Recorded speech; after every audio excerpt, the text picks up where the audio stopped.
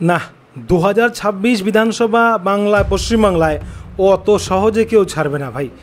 মনে হচ্ছিল যেন বিজেপি কোথাও না কোথাও একটু পিছিয়ে গেল, কিন্তু না ভাই, সেটা তো সম্ভব হচ্ছে না। বিজেপিকে যেন বাংলার মানুষ চাইছে, এরকম একটা পরিস্থিতি। আরে দেখুন না, খেজুরিতে, এই যে খেজুরি বিধানসভার কসতলা দ্বারিকানাথ সমবায় নির্বাচন হলো। সেই নির্বাচনে 9টি আসন রয়েছে। সেই 9টি আসনের মধ্যে বিজেপি 9টিতেই জিতেছে। দেখুন, রাজ্যে রয়েছে তৃণমূল কংগ্রেস, আর সেখানে সবকটি আসনই জিতবে বিজেপি, এটা তো হয় না। আর হলেও তাই, খেজুরির সেই কসতলা দ্বারিকানাথ সমবায় সমিতির নির্বাচনে তৃণমূল পেল গোল্লা। 9টির মধ্যে একটিতেও জয়লাভ করতে পারল না তৃণমূল কংগ্রেস, খাতায় খুলতে পারল না।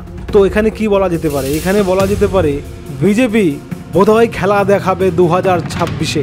এইভাবে গোহারা হারছে 2026 বিধানসভার আগে সমবায় সমিতির নির্বাচনে গোহারা হারছে তৃণমূল কংগ্রেস। এটা কিন্তু ভালো লক্ষণ নয় তৃণমূলের কাছে। বিজেপি কিন্তু টকবক করছে, নতুন করে খেলা শুরু করে দিয়েছে বিজেপি। না, খেলা জমে যাবে।